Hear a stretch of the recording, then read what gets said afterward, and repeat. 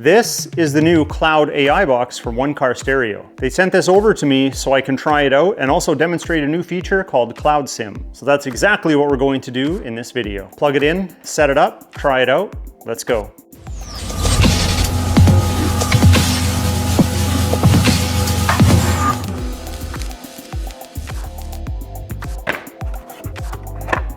So in the box, you get your How to Cloud SIM instruction booklet. We'll cover that in a little bit. You also get your instruction manual. This is how to plug it in and get using it, but don't worry, I got you covered. Then we have the Cloud AI box itself with the protective plastic still on it. That didn't last long.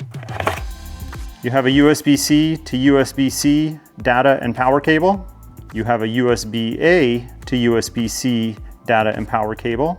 They also give you this auxiliary 12-volt connector in case your CarPlay connection isn't giving enough power to the Cloud AI box on its own. So how would you know if this isn't getting enough power? Well, it won't turn on or it'll keep restarting. Then with the adapter or without the adapter, you plug in the appropriate cable, and then this way, the Cloud AI box will get extra power from an alternative socket, but make sure that alternative socket is your 12-volt accessory socket and not just another USB port available in your vehicle, because it will defeat the purpose of getting extra power to this box. On the side, you have a USB-C input for power and communication.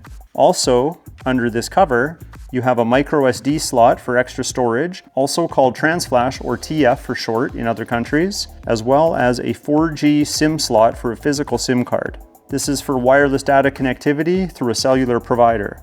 But remember, we're going to try something called Cloud SIM, which is connecting to the internet through an app. So why would you want Cloud SIM over a physical SIM or an eSIM? Well, the primary advantage is automatic carrier selection. That means Cloud SIM can dynamically connect to the strongest available network in the area. That's kind of a nice feature considering you might be using this for streaming, then you don't have to manually make different connections and interrupt your experience.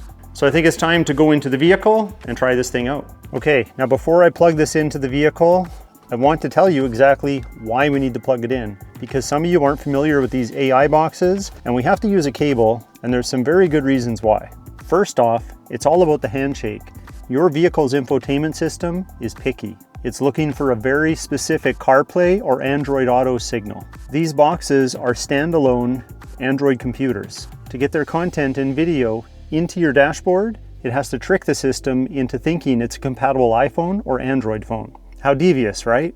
Since most vehicles prioritize that wired connection for stability, the box uses that USB cable to make the handshake with the vehicle. Without it, the vehicle simply wouldn't open the door for that Android computer interface. Another reason that we need to talk about is bandwidth. It's not that this wire is necessarily faster than Wi-Fi, it's that the box's Wi-Fi chip can only do so much at once. To stream high-definition video, the AI box needs a rock-solid connection. By using the wired connection to the vehicle, that's achieved. And you're also providing power to the device. Now, I've reviewed many of these boxes and I keep getting the same question, even though I try to address it in every video. To find out if your vehicle is compatible, go to Apple's website to their CarPlay section, and they'll list every vehicle manufactured that also works with CarPlay. That is a minimum requirement to get these boxes to work. The second method is if you have an iPhone, plug it in with a wire to your car and see if you get the CarPlay prompt. Also make sure that CarPlay is turned on in your options on the phone.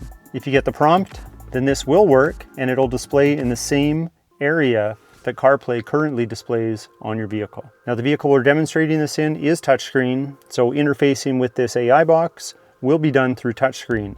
Now, I can't speak to the compatibility or the experience with vehicles that don't have touchscreen and maybe only have a joystick knob. I'm not confident to tell you if these boxes will work 100% or if you'll be able to access all the features. I think some you can, some you may not be able to.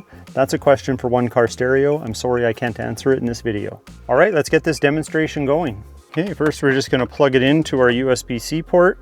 I've got the vehicle in accessory mode here. So this is illuminated blue. And we've got the prompt for CarPlay. So now it's calibrating the screen and it'll return to fit the area that our regular CarPlay interface would use. So now it's booting up now that the resolution's changing. And there, it's using a bigger area than when it first loaded. Now we just got to set everything up. So let's walk you through it. So one of the first messages we're prompted with is a Cloud SIM message. This device comes with a 4G network. New users can scan to get 90% off for their first 10 gigs of data. Go to activate the Cloud SIM. I'm going to put don't show this again because we're going to come back to it momentarily. I'll just give you a preview right here.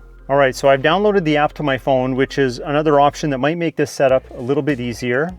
I'm connected to Wi-Fi in my garage here, or we could hotspot to my phone. I'm just doing this so we can do some of the initial setup. Now remember, there's no need to insert a physical SIM card into this Cloud AI box. I'll show you the app on the home screen.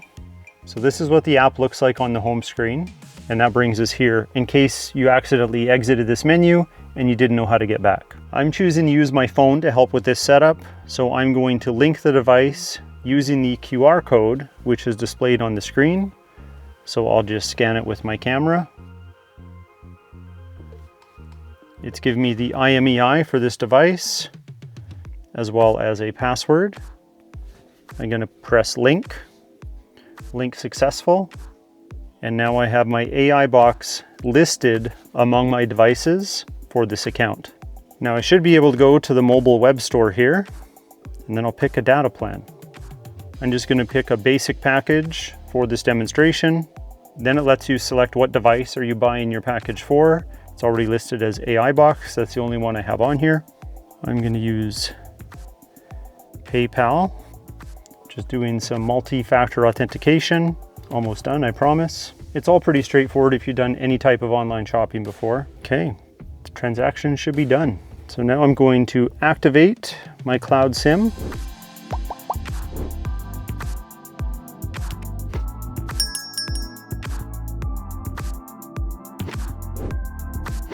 Just hovering around 80%. Oh, just jumped up. All right, looks like we have been activated. We've used 0 data so far, and then we can buy packages right from this device. And we are Cloud SIM preferred, which also means that we should automatically have connected to our new connection.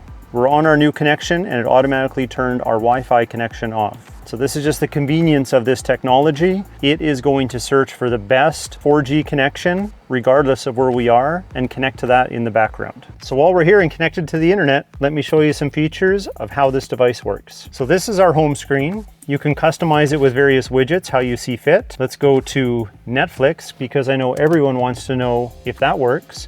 And it will work while you're driving or if the vehicle is parked. Make sure you're logged in with your credentials. You can also download media directly to the device. That's where the TransFlash or micro SD card storage may come in handy. So you can give yourself additional storage and download content to that micro SD card so you can just have more without having to stream it. Let's just pick something to turn on here. Pick this one.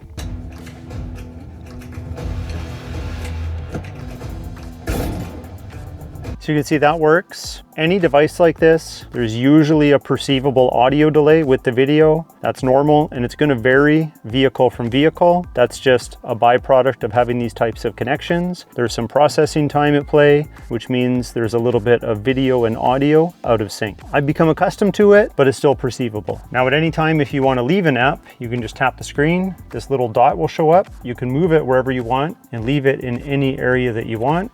But once I tap that dot, then I can go home, and I have shortcuts to various other items here. I'm just gonna go home.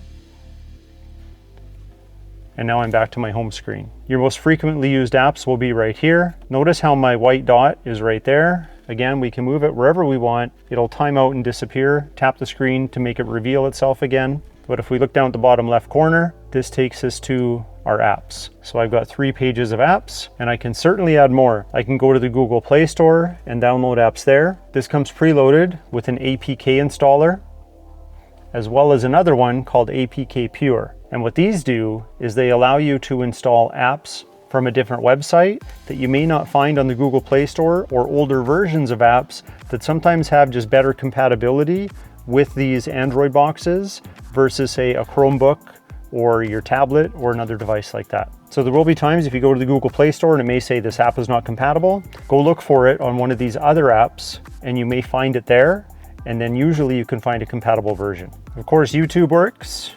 can check out one of my DONSLIFE videos here if you want to see more CarPlay AI box options. Gotta wait for the ads to play sometimes. CarPlay AI boxes. Now, as you may know, I've been a longtime partner with OneCarStereo. I have to say the audio and video synchronization for this YouTube video is actually pretty good, so it can also vary by the app that you're running. One thing that I like is the ability to do split screen. Let's take a look. Just bring up this menu here, hit that button. Now it will ask, try another app to use as your split screen app. We'll pick Maps, and there we can have our navigation on the go, as well as we can have our YouTube video on the go. How cool is that? We can also quickly move into one of the apps just by dragging it from the middle right here. I'm also going to attempt to screen mirror. There's a screen mirroring app built right into this unit. Looks like it's going to work. Pick the Apple AirPlay like it shows on the screen here. And there we go, we are mirroring my screen. So you can definitely screen mirror with your phone through this unit as well. Now if you want to add apps to your home screen, really easy. You can click on these plus signs here, add the app. You can see YouTube is now there. If I wanted to remove it or change it, hold it down, press the X, now it's back to normal. Hit plus again, let's add a different one.